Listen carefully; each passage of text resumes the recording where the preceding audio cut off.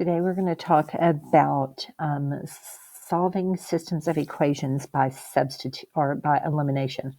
I have already created a video that demonstrates how to solve systems by graphing. I created an additional video for solving systems algebraically by substitution. And I mentioned in those videos that now we have another option, which is elimination. This is another method for algebraically solving a system as opposed to graphing a system. So the steps for solving a systems of equation by elimination is you line up your equations. So like in number 1, you have a column of x's and a column of y's, and then those are equal to your constant value. So that's how you always want to set it up. Line up your x's, line up your y's equals to your constant number.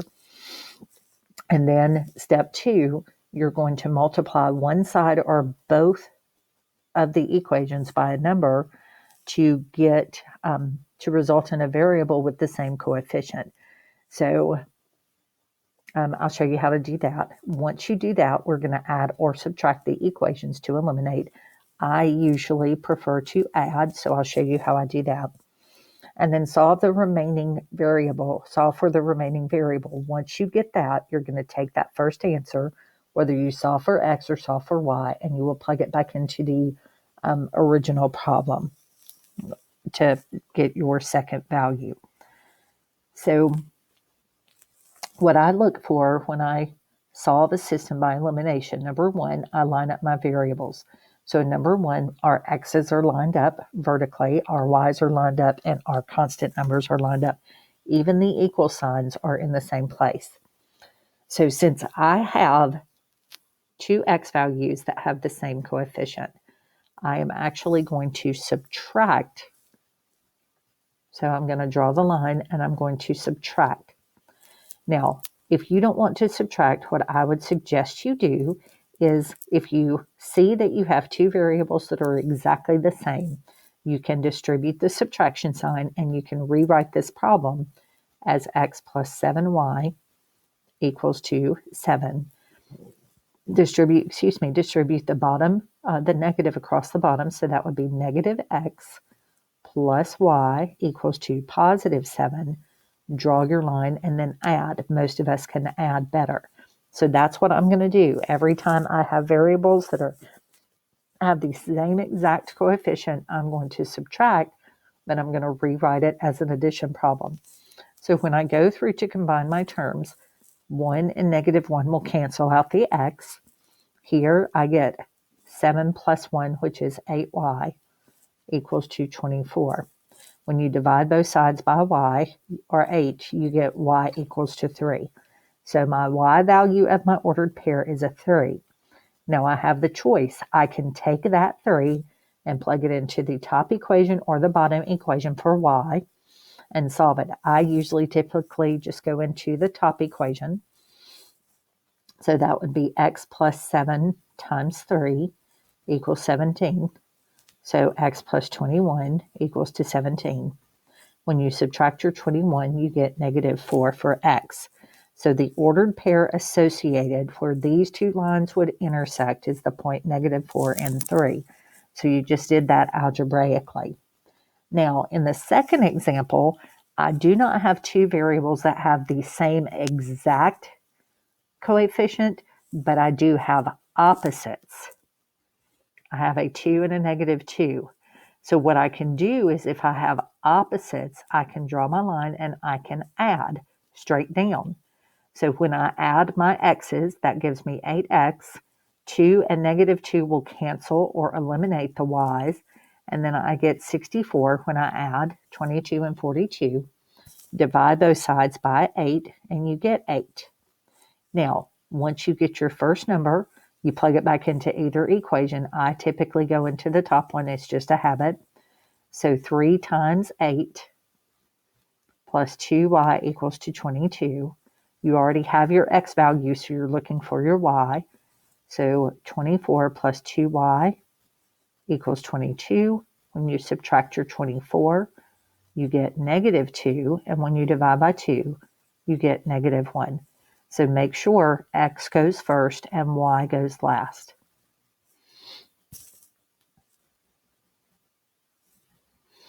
Now, in number 3 and in number 4, I do not, and in 5 and in 6, I do not have variables that have either the same exact number in front of them, the same coefficient, or even opposite coefficients. So what I'm going to do is I am going to create either the same variable or I'm going to create opposites. I prefer to create opposites. So what I'm going to do is I'm going to attempt to cancel my x values. So one of my x's has a 4 in front of it. The opposite of that would be negative 4. So if I can create a negative 4x in the second equation, I can cancel it with the positive 4x in the first equation, which means I can multiply the one equation by negative 4. So when I rewrite this, the top equation did not change,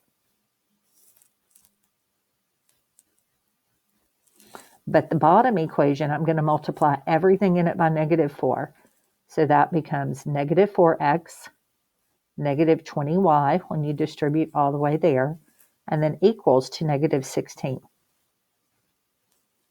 When I draw my line, since I have opposites, 4 and negative 4 will eliminate my x. So that gives me negative 29y when I add straight down here. And then I get negative 56 on the other side. So when you divide, you get y equals to 2. So your answer has a y value of 2 in it so far. Once you get that number, you can plug that in to either one of the equations. I always go into the top. It's just me. So 4x minus 9 times 2 gives me negative 42. That's 4x minus 18 equals to negative 42. When you add 18, I'm sorry, I had to sneeze. Apologize. When you add 18, you get negative 24. And when you divide by 4, you get x equals to negative 6. So my solution would be negative 6, positive 2. In the fourth example, I do not have the same coefficient or even opposite coefficients. But what I do see is I see a 6 and a 3. I can turn a 3 into a 6 very easily. What I can't do is change a 2 into a 7. So what I do is I look and see which would be the easiest one to do. So I'm going to actually multiply by negative 2. That will create a positive 6 here that I will be able to cancel with that negative 6. So my top equation does not change. I am setting out to eliminate the y coordinate or the y values. So when I distribute my negative 2, that's negative 4x. That gives me positive 6y, which will cancel the negative 6y above it. And then I get positive 26. So when I draw my line and add straight down, that gives me 3x equals to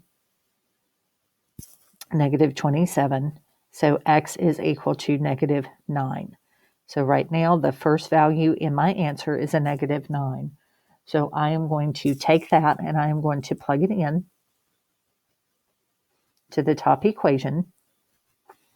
So that would be 7 times negative 9 minus 6y equals to negative 53.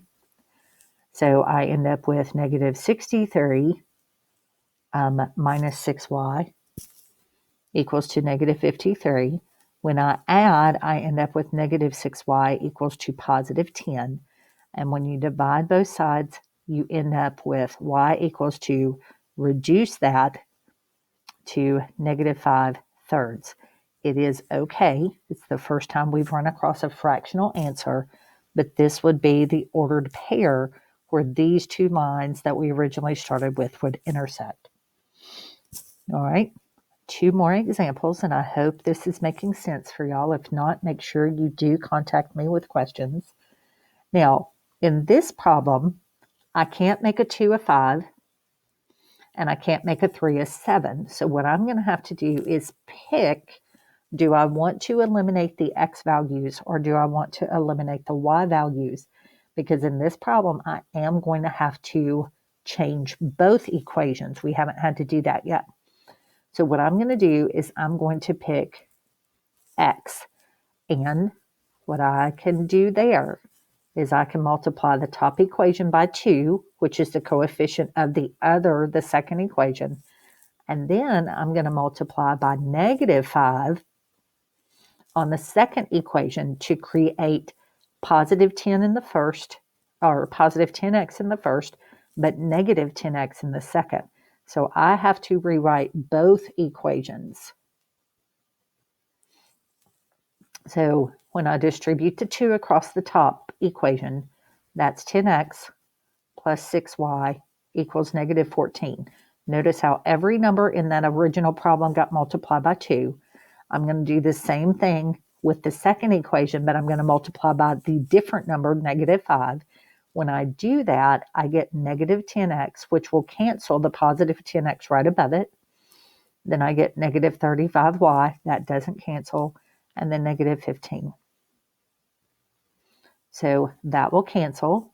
When I add the 6 and the -35, I get -29y. When I add on the right, I get -29. When you divide, you get a y value that is a 1.